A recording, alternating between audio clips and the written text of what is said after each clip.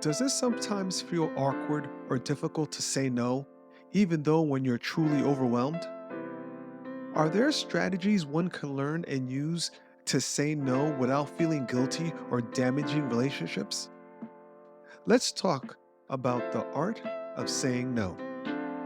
My name is David Campaña, and this is the Sound Objectivity Podcast. Saying no can be one of the hardest things to do, especially in a world that often pressures us to say yes to everything. Whether it's taking on extra work, attending social events, or helping out friends and family, the inability to say no can lead to burnout, resentment, and loss of control over our own lives. But mastering the art of saying no is crucial for maintaining your well-being, setting boundaries, and ultimately empowering your choices. So why is it so hard to say no? For many of us, saying no feels, rather uncomfortable, if not downright impossible. But why is that? Well, there's a desire to please. Many of us are natural people pleasers. We want to be liked, respected, and seen as helpful. Saying yes feels like the easier path because it avoids conflict and disappointment. However, this can lead to taking on more than we can handle, which ultimately does more harm than good. Another reason why it's hard for us to say no is that we have this fear of missing out. In both our professional and personal lives, the fear of missing out is real. We fear that by saying no to opportunities, events, or requests might mean that we're missing out on something valuable, whether it's a career advancement or some social connection. Lastly, we feel guilty and we feel obliged. Guilt plays a significant role in our decisions to say yes. We might feel obligated to help others, especially those close to us, even when it comes at our own expense. This sense of duty can make it difficult to assess our own needs and our own priorities. Learning to say no is not just about declining requests. It's about prioritizing your time, energy, and well-being. Saying no is saying yes to the time spent on your needs and desires. And there are several ways by learning how to say no can positively impact your life. Time and energy are finite resources. You have to be very wise with your time. When you say yes to too many things, you spread yourself thin, and you give time to too many things. This leads to burnout and decreased productivity.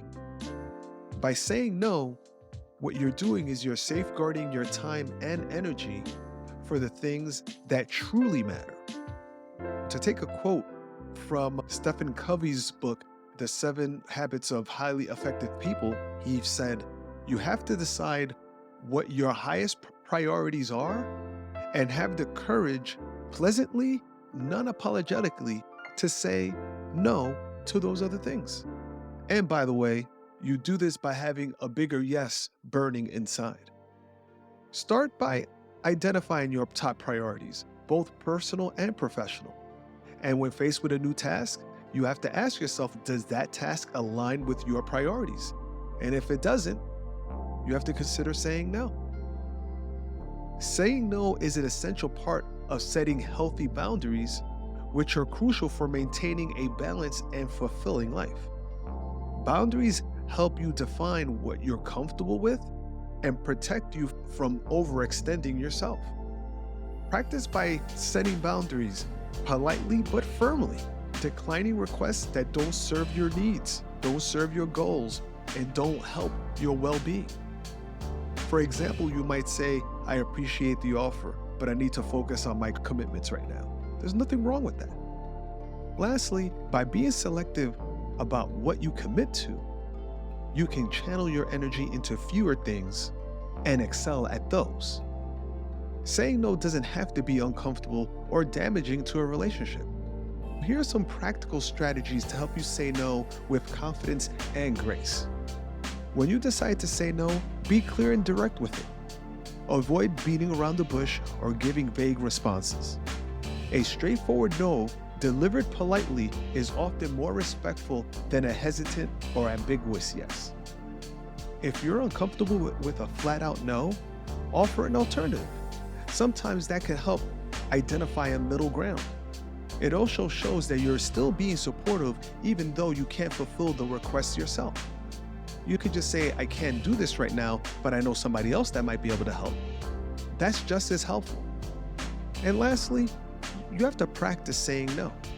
Like any skill, saying no gets easier with practice. Start with smaller, low-stakes situations and build your confidence from there. Over time, you'll become more comfortable with setting boundaries and asserting your needs. One of the greatest challenges in saying no is the guilt that comes afterwards. However, it's critical to understand that saying no isn't a sign of being selfish or not caring. The reality is, it's a powerful act of self-respect and self-care. So instead of viewing no as a negative response, reframe it as a positive one. Saying no to something that doesn't align to your goals or values is actually a yes to yourself and what matters most to you. Saying no is about declining a specific request, not rejecting the person that made it. It's possible to say no to a task or an invitation while still valuing the relationship. A good example here is by acknowledging the personal request and expressing appreciation before declining. This helps maintain a positive tone and reinforces that your no is about the request, not the person. Let's close things out. Begin by identifying your priorities and setting clear boundaries. Practice saying no in small situations and gradually build your confidence in more significant ones. Saying no to non-essential tasks frees up both your time and energy for what truly matters, leading to a more balanced and fulfilling life. And what should you do if you feel guilty after saying no? Reframe your thinking to see that no is a positive choice for yourself. Remember that it's all about protecting your well-being, not rejecting the person making the request. Mastering the art of saying no is one of the most empowering skills you can develop. It allows you to reclaim your time, protect your energy, and live a life that's aligned with your true priorities. So the next time you're faced with a request, remember, saying no is not just an opinion. It's a powerful tool for creating the life you want. You've been listening to The Art of Saying No, how to set boundaries and prioritize effectively. Have comments on this podcast? Please leave them at www.soundobjectivity.com, where you can also find my blog. Thank you for listening. My name is David Campaña, and this is the Sound Objectivity Podcast. Until next time.